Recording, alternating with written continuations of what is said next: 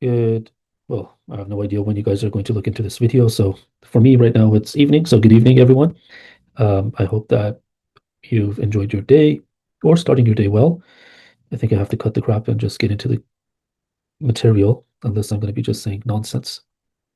Anyway, today we're here with uh, another module to discuss about, and that would be accident and sickness. It's one of my favorite actually because it's more tangible. You might have experienced, a couple of parts when you go to the doctor, when you get prescriptions, go to the dentist. So there's different, parts of it that would definitely, be a little bit more familiar.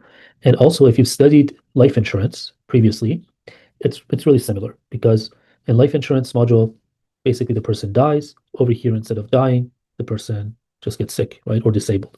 But overall, it's kind of like the same type of insurance. It's just with different benefit and different requirements to get the benefit as well. So we are going to talk about the first part of this module. As you guys know, and I'm going to repeat it one more time, I can't cover 100% of the module in 1 or 2 hours. But what I could do is I could cover at least 70 to 80% of it and make you guys prepared for the exam and understand the logic behind what's going on. All right. So we're going to start with disability. Now, first of all, the most important thing is that do I know what disability means? All right. Disability, in terms of what we do, is considered someone who is unable to work as they used to, right? So it could be totally or it could be partially. Let's say if somebody used to work, 5 days a week, obviously, now they can only work 2 days a week, or they can't do 100% of the tasks that they were doing before. Okay. So if there is any reason, right, any physical or mental reason that makes that person unable to work as they used to, right, that will be considered as a disabled person. Now, how much is the coverage when you become disabled? So when you become disabled, the benefit amount, it varies if it's a short-term disability or a long-term disability. Now, if it doesn't mention any specific percentage, right? Or it doesn't mention if it's a short-term disability or a long-term disability, right? We always go with 60%. So usually the maximum coverage is 60% of your gross income, unless the question says otherwise. All right. So whatever your gross income is, not your net income. All right. This is another important thing. If it's a short-term disability, you usually get a little bit more, right? It could be somewhere around 65 to 75, or even more if it's, a different type of benefit, which we're going to get to it. But for long-term disability, it's 60%. Now, there are optional, basically, addition that would require medical, underwriting. So what do I mean by that? Obviously, you guys know that when you're employed somewhere and they've given you insurance, all right, benefits insurance, you don't go through any medical underwriting. But if you want to do more than 60%, then you have to do some medical underwriting to qualify for that. All right. So that is again another part that this 60% is usually without any medical underwriting for group benefits. For individual insurances, it might be different. We're going to get to that. Now, when we're saying that it's gross income, we have to understand that there are two types of income that we have. We have earned income and we have unearned income. Now, what are the differences between the earned income and unearned income? Basically, an income that I have to actively work, right, to make that money is called earned income. But there are some income that I don't need to work necessarily to get that money. Let's say if I have rental properties or I have investments, right? So if I'm not working, I'm still making that money. Obviously, there's going to be a difference when I want to seek for disability insurance because the whole purpose is that I'm not able to work as I used to work, right? So if my income is passive, it's unearned income, so I don't need to work to make that money. Even if I'm disabled, I'll still get that money. There's not going to be that much effect on my income, right? So when we want to calculate the disability amount, let's say if it's all earned income, all right? So we have no unearned income and it's only earned income. Obviously, what you do is this, you do 60% of whatever the total income is. But if it's a part of it is unearned income, what we have to do is we have to add all the incomes that we have, multiply by 60%. So just like what we did in option A, but at the end, we're going to deduct the unearned income part. So this is really important. Let's give an example. Let's say if someone only had $100,000 of earned income, all right? So we will multiply it by 60%, So they will be eligible for $60,000 of disability insurance. Now, we're going to get to the part that disability insurance is paid monthly. So basically, what happens is that they will be qualified for $5,000 a month, right? Because 60,000 divided by 12 is 5,000. But let's say they're making $60,000 earned income and $40,000 unearned income. Again, the sum of their income is $100,000. And when we multiply it by 60%, it's going to be 60,000. But at the end, we have to deduct the unearned income, which was $40,000, which would be how much? $20,000. So this is the maximum that they're going to be qualified for. And it makes sense because they're already going to make that $40,000. Now they're going to get $20,000 of disability income as well. And it's basically going to be the sum again of 60% of their total income. But what's important here is that maybe the unearned income is so much that it's not even worth it to get disability insurance. So there might be a question that will say, which one of these people necessarily might not qualify for disability insurance, or they might not need it and it's not going to be beneficial for them. Let's say if there was a situation which the earned income is $30,000 and unearned income is $70,000. So again, the income is $100,000 multiplied by 60%, $60,000, but we have to deduct that $70,000, right? So it's actually negative $10,000. So this person will not qualify for any disability insurance because the amount of unearned income is more than earned income. So this is something really important that you guys have to focus on. So as I mentioned, the payment frequency of disability insurance is only monthly. There is only one exception, and that is when you have a creditor loan, right? So a loan that is, let's say you're like a car loan, you have a protection on that, or you have a credit card loan, anything like that. And then when you become disabled, the insurance company is going to just pay off the entire debt. All right. So when you are protecting a loan or a debt, then the insurance company is just going to pay off that debt. All right. But when it's about your own income, it's going to be paid monthly. All right. So this is another important thing. So other than that, it's only monthly. And remember, this is the only benefit that is paid monthly. So there's no other type of insurance that will pay you monthly benefits. If you see someone's getting a monthly benefit, you know that it's disability insurance. By the way, it's really important to know, although that the module is called accident and sickness, but we have no such a thing as an accident and sickness insurance. It's called disability insurance, all right? So let's say a question comes up and says that, okay, there is, a husband and wife, let's say, right? And let's not be traditional. Let's say the husband is the one that's taking care of the children at home and doesn't work, and the wife is the one that goes to work. Now, what happens here is that obviously, if the wife becomes disabled, there's going to be a loss of income and disability insurance is much needed. But what if the husband gets disabled as well, right? Even though that the husband is not generating any income, but they are preventing a lot of expenses. Because if the husband becomes disabled, then they might need to, uh, hire a nanny or a nurse, right, to take care of the children or take care of the husband himself. Or maybe the wife needs to take more time off so they can take care of the household. So there's still going to be some financial burden, even if you are not making money, but you become disabled. That is why that we have a specific type of insurance, a disability insurance, for people who don't work. Because if you don't work, you can't go with the formula of earned income multiply 60%, right?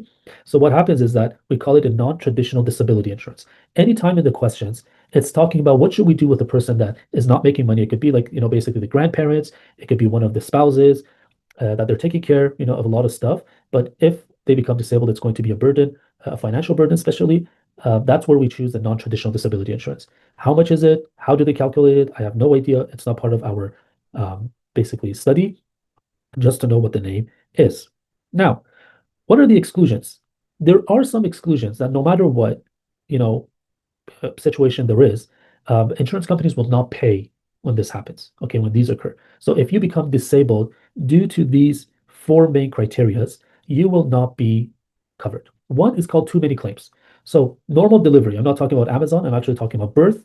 So normal birth delivery, it's not covered. If it's abnormal, it's covered. All right, this is really important. So abnormal delivery is covered, but normal delivery is not covered. Or like terrorist attacks or war, right? So if you become disabled in a war zone, if you are unfortunately targeted in a terrorist attack, or you become disabled when giving birth, as basically normal, not abnormal, you will not be covered. And the reason why is because the frequency of becoming disabled in these occasions is a lot. So insurance companies just put in an exclusion. Second, we have the wrongful acts. So let's say if you go, you know, rob a bank and become disabled due to, a police shooting you, right? You can't just go and claim disability insurance, right? So that's another one. Or let's say unsuccessful suicide. That's another thing.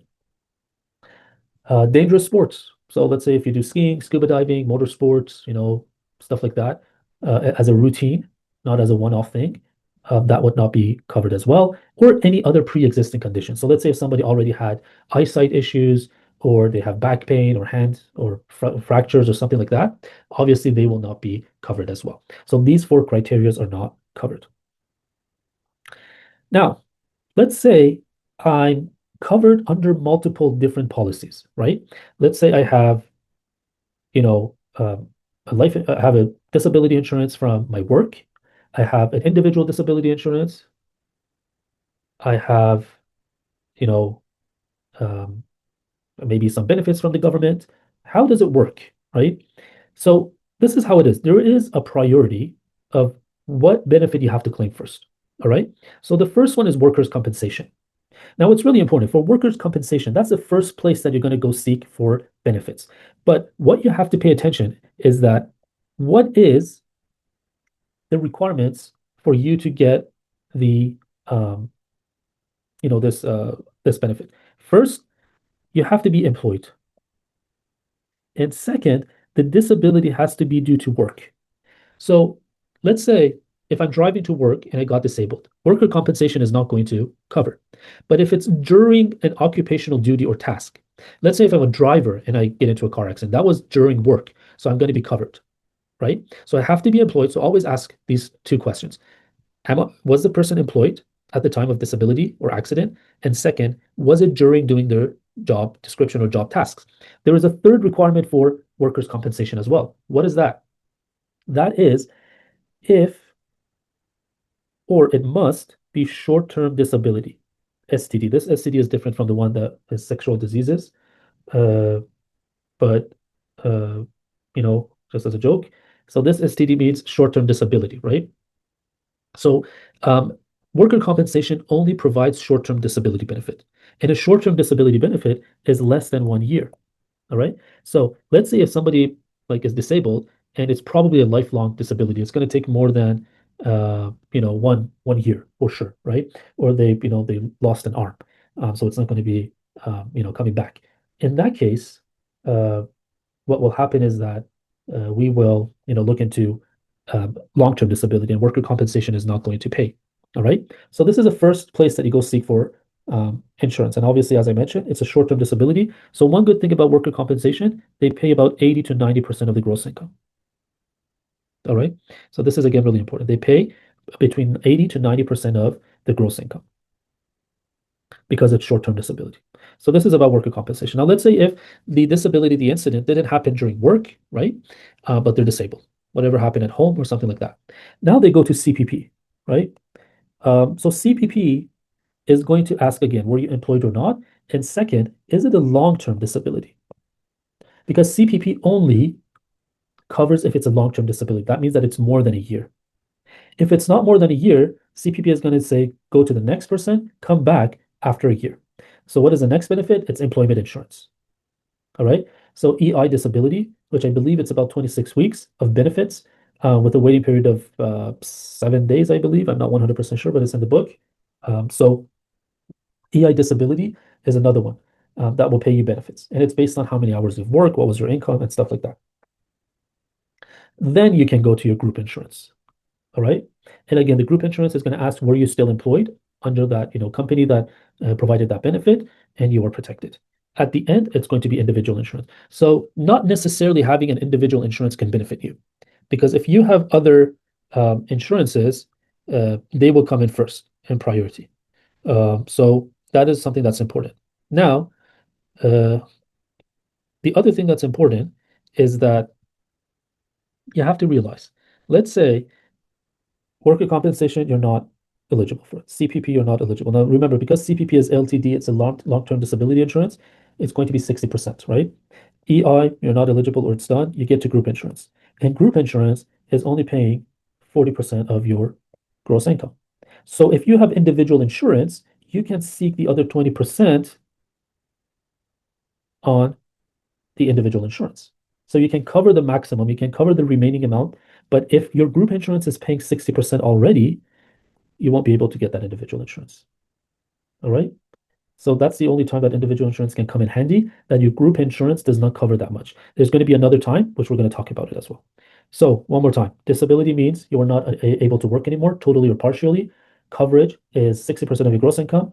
Type of income, we have earned and unearned. If it's just earned income, you just multiply by 60% or whatever percentage that the question is going to give you. If it's a mix, you add all the income together, you multiply by that percentage, which is usually 60%, and you deduct the unearned income. Disability benefits only are paid monthly unless it's a protection on a loan. And then if you don't work, you get non-traditional disability insurance, the exclusions, too many claims, wrongful acts, dangerous sports, and pre-existing conditions, and then the priority of or the order of paying, basically the benefits is first worker compensation, which is a short-term disability. It pays about 80 to 90% of the gross income. Then CPP, which is a long-term disability. If it's under a year and if it's not a prolonged, basically disability, then obviously they're not going to pay. You have to go to EI. After EI, you have to go to group insurance and then to individual insurance. Keep in mind that worker compensation, you have to be disabled during doing your job duties. All right. So that's what's really important. All right. Let's go to the next section. Every disability insurance has two important periods. One is called the waiting period, and the other one is called the benefit period. Now, what are the definitions of these two? We're going to get into it. So, waiting period, or also called as elimination period, is a time between becoming disabled and receiving the benefits. But the benefit period time is the maximum length of receiving benefits. So, benefit stops if you return to work. Let's look at it in a better sense. So, let's say if the disability time is right here, okay? This is going to be the waiting period, and this is where the benefit starts. All right.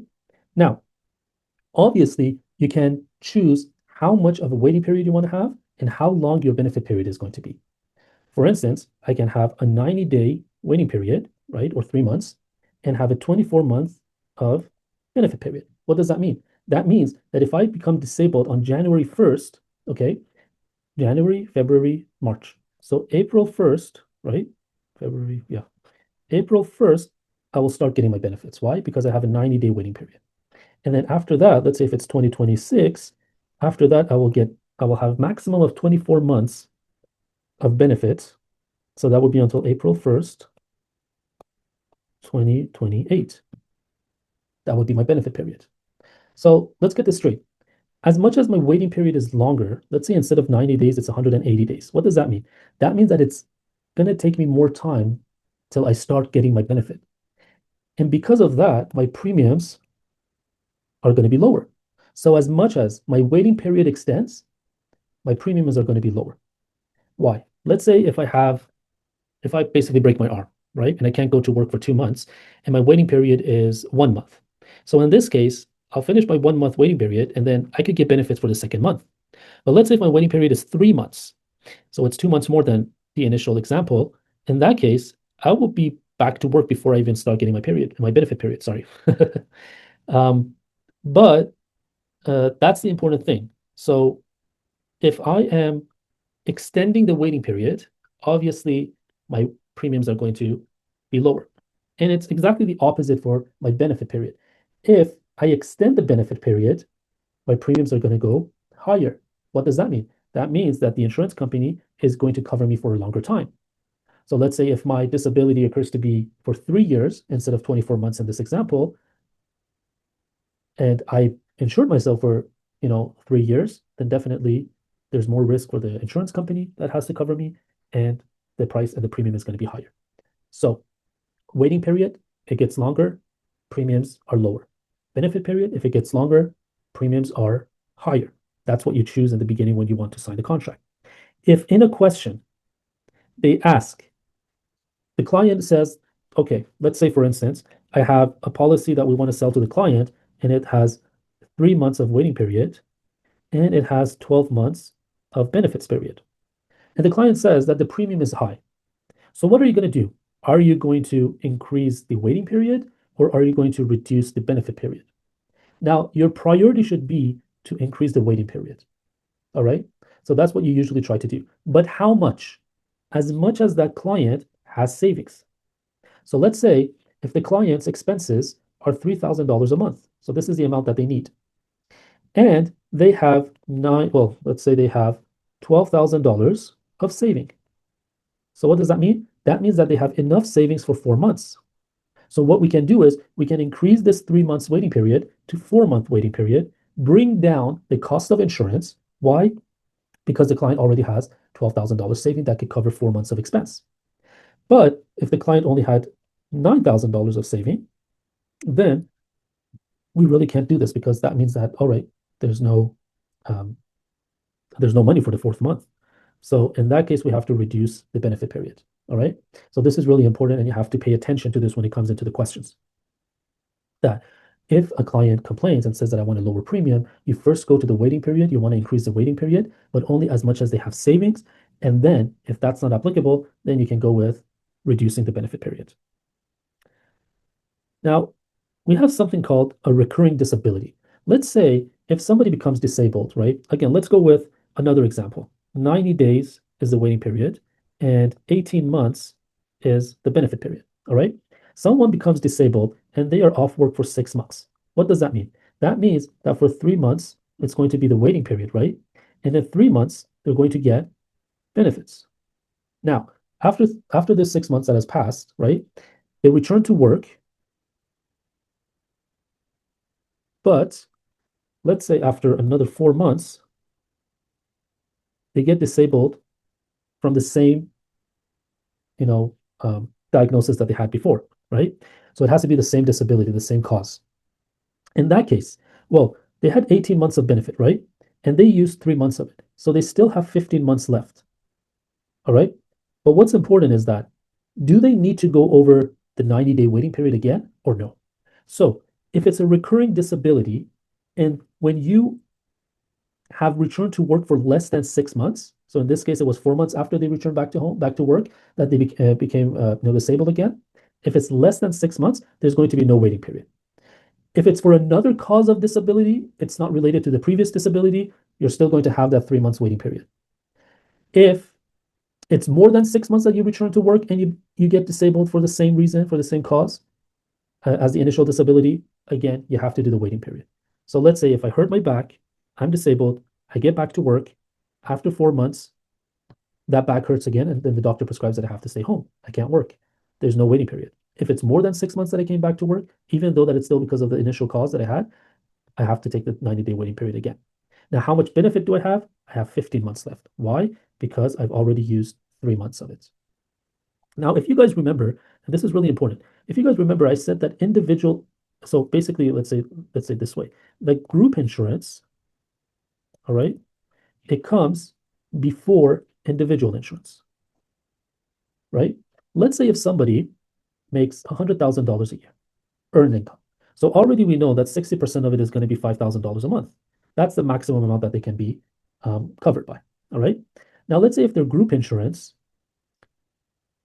benefit is, let's say, 1 month of waiting period and then 12 months of benefit period.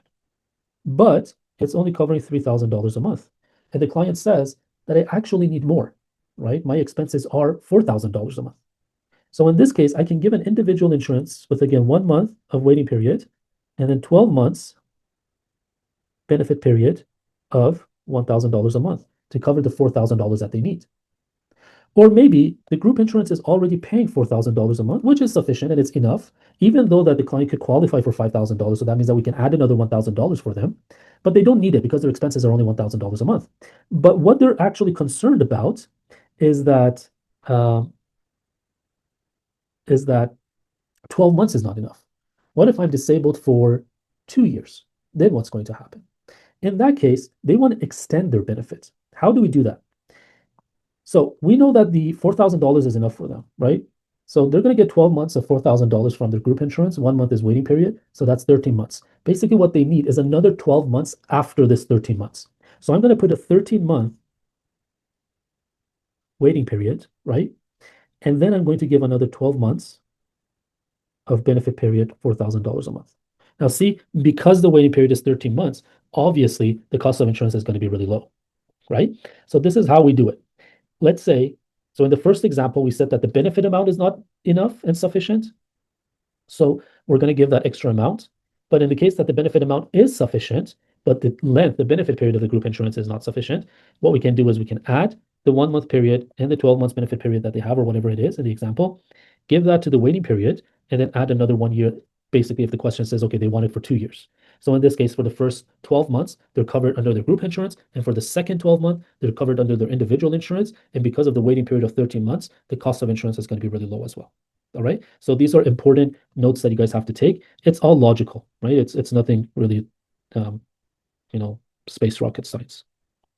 We have something else called a presumptive disability. So what is a presumptive disability? A presumptive disability is a time that waiting period is going to be waived. So no matter how long of a waiting period you had in the contract, if one of these three occur, there's going to be no waiting period. So what are they? A total or permanent loss of hearing, a total and irreversible blindness. All right. I don't know if the first one I said total or permanent, but it's total and permanent. Sorry about that. Total and irreversible blindness, or loss of use of both arms, both legs, or one arm and one leg. All right. So that is going to be if that client, if that disabled person is under one of these three conditions, that they've lost their hearing permanently, they've lost their blindness permanently, oh, they lost their sight seeing, basically, they're blind permanently. Today I'm just with a lot of mistakes. And or both arms, both legs, or one arm and one leg. So if it's only one arm, it's not counted. If it's only one leg, it's not counted. It has to be two of the four arms and legs. In that case, there's going to be no waiting period. All right. So this is again really important, and it will come into questions. Covered a lot of great things, and we're going to get to more exciting parts right now. First of all, we're going to talk about types of insurance policies that we have in terms of cancellation or being able to basically renew them, right? So we have a cancelable policy. Obviously, a cancelable policy means that the insurance company can cancel it at any time. So it doesn't matter. It doesn't mean that the insured can cancel it at any time. Obviously, you as a client, you can just stop paying the premiums or cancel the policy, and stuff like that. But what we can do is the insurance company has the option of canceling the policy or modifying the conditions of the policy at any time. This is mainly for high risk occupations, right? So whenever they feel like it's going to be too risky, they can modify it. And therefore, it has the lowest premium amounts. All right. On the other hand, obviously, we have a non-cancelable policy, which means that the insurance company cannot cancel the policy, cannot actually modify the policy as well. So if in a question you see that there is going to be, the insurance company has no right to modify or change the price or whatever, it's a non-cancelable policy. And it has the highest premium amount because guaranteed, whatever it is, it has to stay. All right. So that's the difference between a cancelable and a non-cancelable policy. We have a third one as well. It's called guaranteed renewable policy. So usually disability insurance policies are annually, and every year you just renew it. Okay. A guaranteed renewable policy means that after the end of the 1 year, you don't need to go through again medical questions or underwriting and all of that. It's going to be guaranteed renewed, right? And it's available to any occupation, and basically they guarantee to renew it, but the price might change, right? Maybe there's going to be some modifications in the policy as well. And if there's going to be any changes, either it's premium or the type of coverage and all of that, it has to affect all the policyholders. So let's say if person A is a mechanic and person B is a mechanic too, right? And they both have insurance policies, with a similar insurance company. And person A has their policy modified, person B is going to have their policy modified as well. So it can't be just A getting their policy modified. Does that make sense? So it's like if it's they're all mechanics, all the mechanics will be modified in their next year policy. So that's how it is. So we have cancelable policy, non-cancelable policy, which is the highest premium rate, and then guaranteed renewable policy, which there might be changes, but guaranteed it will be renewed, right? So let's actually go with this question. See, basically, we're going to go with two questions that are going to review what we've learned about right now. So Sarah has an accident and sickness disability policy that provides her with a monthly benefit of $2,000 in the event of disability. The policy has a 30-day waiting period and a 2-year benefit period. Okay, Sarah becomes disabled on December 1st, 2020, and is unable to return to work until December 1st, 2025. For what period of time does Sarah receive benefit payments? So obviously, when Sarah is disabled on December 1st, 2020, that means that from this December 1st to December 30th, right, they are not going to be getting anything because it's a waiting period, right? That's where the waiting period is. That's a W, by the way. So their benefit is going to start from December 31st, and it's going to be for 2 years, right? Um, but the thing is that she is going to be disabled until 2025.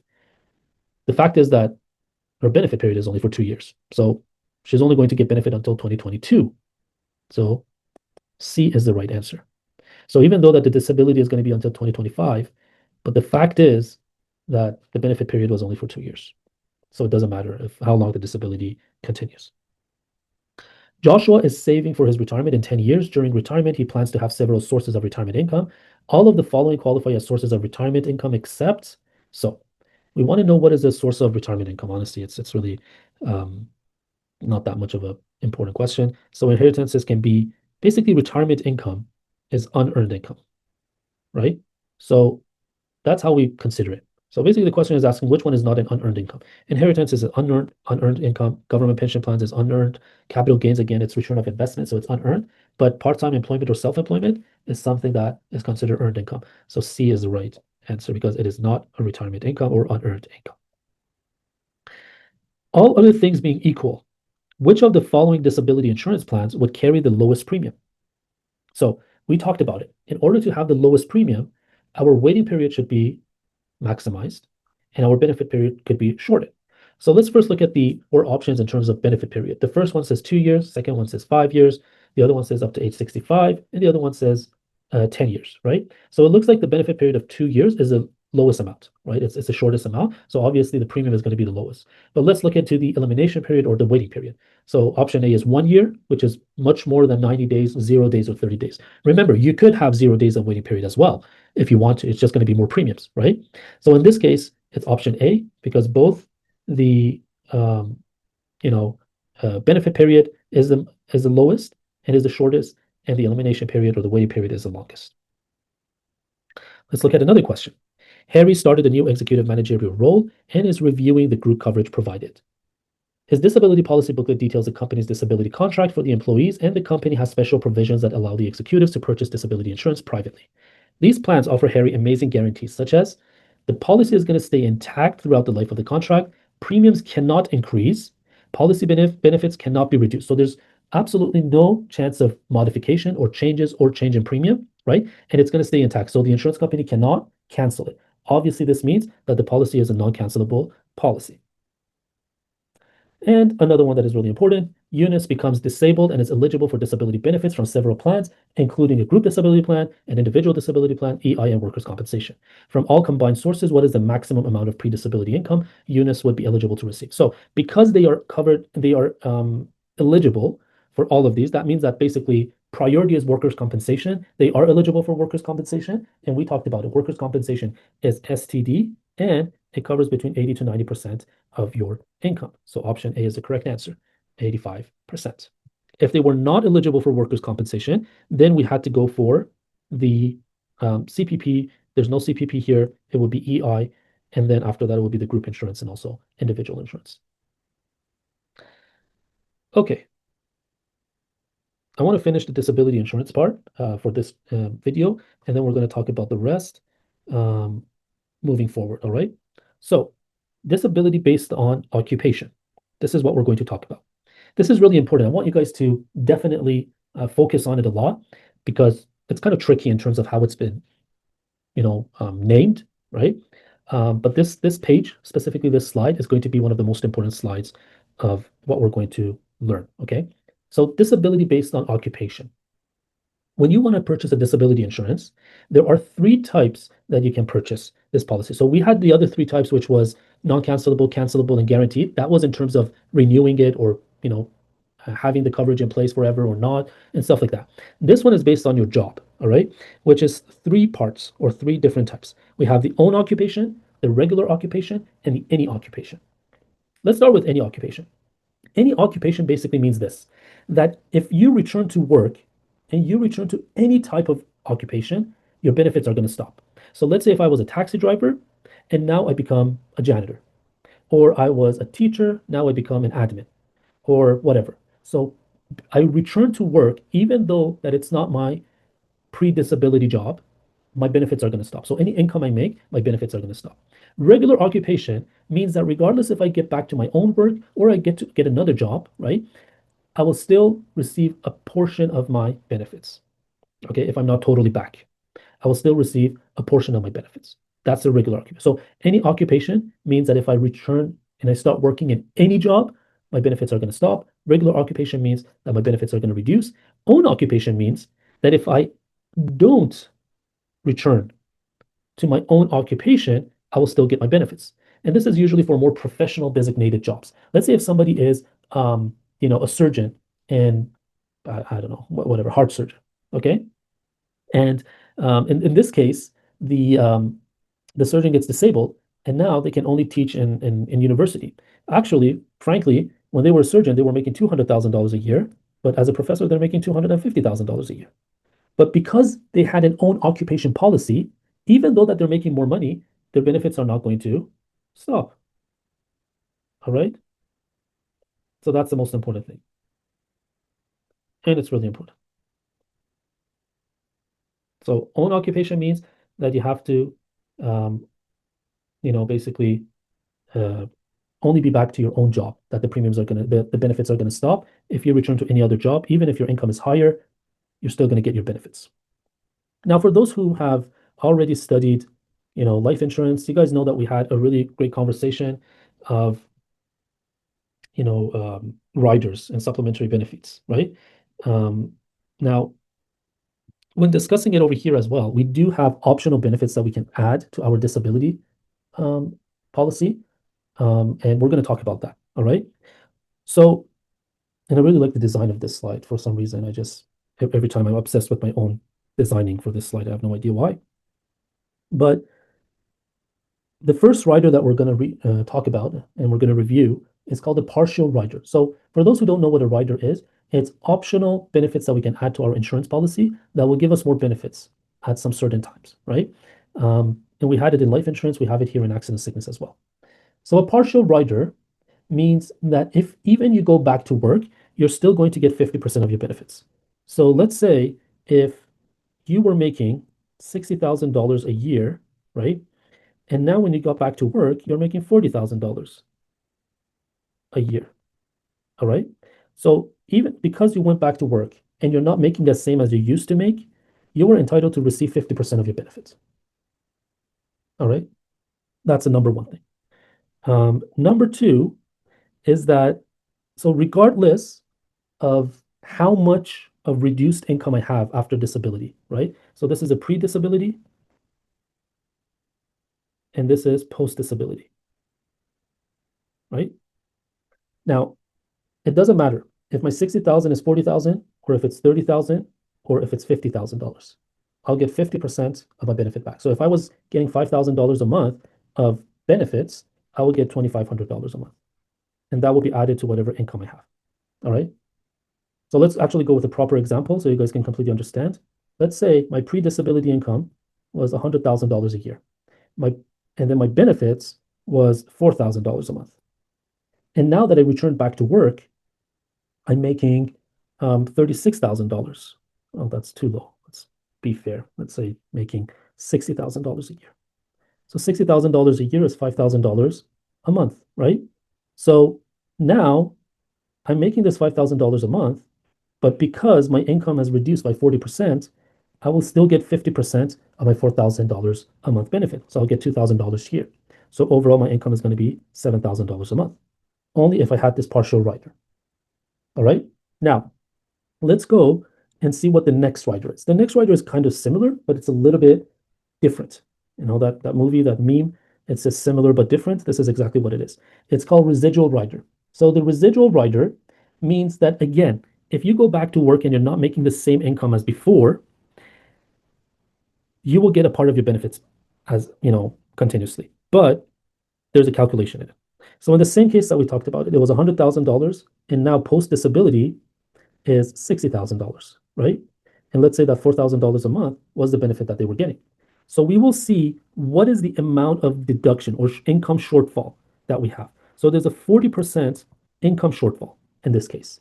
What you do is you're going to multiply that benefit into that 40%. So they're going to get $1,600. So see, if it was a partial rider, because they would get 50%, then that would have been okay, right? But because it is, you know, what do they call it? A residual rider, there's a calculation for it. And this time they're only going to get $1,600. But let's look at the opposite way. Let's say if their income after disability is not 60,000, it's actually 40,000. In this case, their income shortfall is 60%. So you will multiply that disability benefit by 60%, and that means that the client is going to get $2,400 a month extra. So you do the calculation. You understand what the income shortfall is. You calculate the income shortfall. That means what is the post-disability income compared to the pre-disability income. Whatever that percentage is, that shortfall is, you multiply it by the monthly benefit that they were getting. All right. Now, what if a client had the partial rider and residual rider both together? They had both riders on their policy. And this scenario happens. You go with the one that gives the most benefit. So let's say if the shortfall is more than 50%, obviously, the residual one is going to be beneficial, just like in this example. But if it was less than 50% of income shortfall, the partial rider is going to give you that 50%. Now remember, in residual income, in residual rider, sorry, if your shortfall is below 20%, so let's say you were making $100,000 and now you're only making $90,000, it's not going to be applied. If you have lost more than 80%, so let's say you were making 100,000 and now you're making 20,000 or less, let's say you're making 15,000, in that case, you're just going to get 100% of the benefits. So this calculation is only when the income shortfall is between 20 to 80. All right? Wonderful. Let's go to the next rider. Cost of living, or what we call it as COLA. So cost of living means that because every year, obviously, let's say if right now I calculate and I see that if I become disabled, I'm going to need $3,000 a month. All right. But obviously next year there's going to be inflation, and that inflation is going to, basically add to my costs. So $3,000 might not be beneficial anymore. So what I have to do is I have to look into more coverage, right? And for that, it's going to be based on maybe inflation or based on a specific amount of uh, you know, coverage. So I think I messed up something. So let me just make sure that you guys can still see. All right, I think that we're okay now. There was a glitch. My laptop wasn't charging, so now it's back and it's running. All right. So now what we're going to be talking, what were we? Okay, we were at cost of living. So what we said is that based on it could be based on inflation, it could be based on a specific percentage, or let's say 5% every year that's going to be increased. So let's say if I become disabled the first year, if I get disabled in the first year that I have the contract, let's say if it was starting with $3,000 a month, I'll get $3,000 a month. Let's say I'm putting an increase of 5%. So actually, let's just make it easier. Let's say if I'm putting 10%. So in that case, if I get disabled on the second year, I will have $3,300 of benefits. If I become disabled in the third year, it's going to be how much? It's going to be 10% of this. So it's going to be $33,630, if I'm not mistaken. All right. So it's 10% extra every year. All right.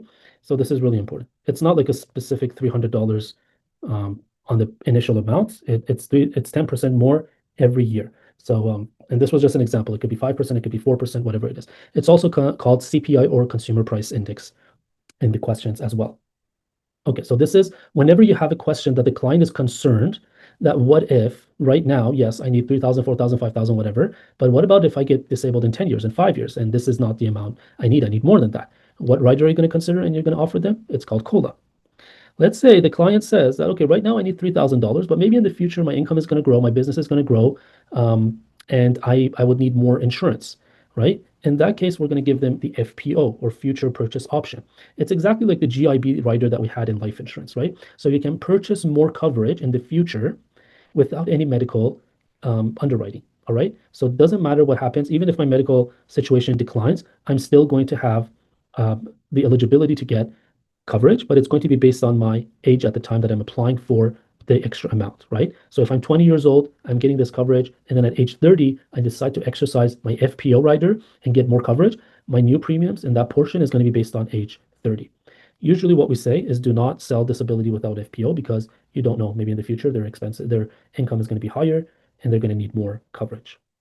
So that is where we're going to use the FPO rider. So right now we heard about and we learned about partial and residual rider, which is basically means that after disability, and when you return back to work, if you don't make that much money as you were making before disability, you'll still get a portion of your benefits. We talked about COLA, which means that okay, in the future, every year my cost of living is higher, so I'm going to need more benefits. And FPO is that what if in the future I need to apply for more insurance, and that is where my medical underwriting is not going to be factored. Now, what if a client says that there's a high chance that I'm not even going to become disabled? Let's say I'm an office worker, right? I'm an IT engineer, whatever. So I'm not going to be, basically being exposed by a lot of risks. And maybe I'm going to be paying for this disability insurance policy and never become disabled. In that case, we can offer them a return of premium rider. Usually it pays between 70 to 80% of the premiums.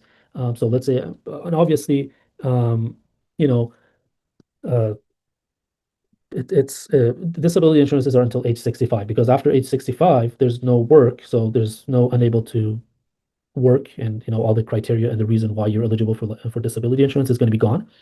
So you have disability insurance until age 65, until retirement. So at that time, if you're not disabled, you can get your premiums back. In reality, insurance companies tend to pay you the entire premiums or even with a little bit interest on top of it as well, really minimal. But in the book, it says 70 to 80%. All right. And the last rider that we want to discuss about, or actually the last two, is for hospital. So we do not have any hospital insurance, right? But what we do have is two types of riders that we can put on our disability insurance. One is called the first day hospitalization benefit, which the insurer pays from day one in the hospital. So let's say if somebody becomes disabled in an accident, they go to the hospital. If the insurance company starts paying from day one, the first night that they're admitted in the hospital, that's the benefit that they have, first day hospitalization benefit. But let's say if the insurance company waits for 24 hours before starting the payment and they pay an amount between $50 to $250 per day.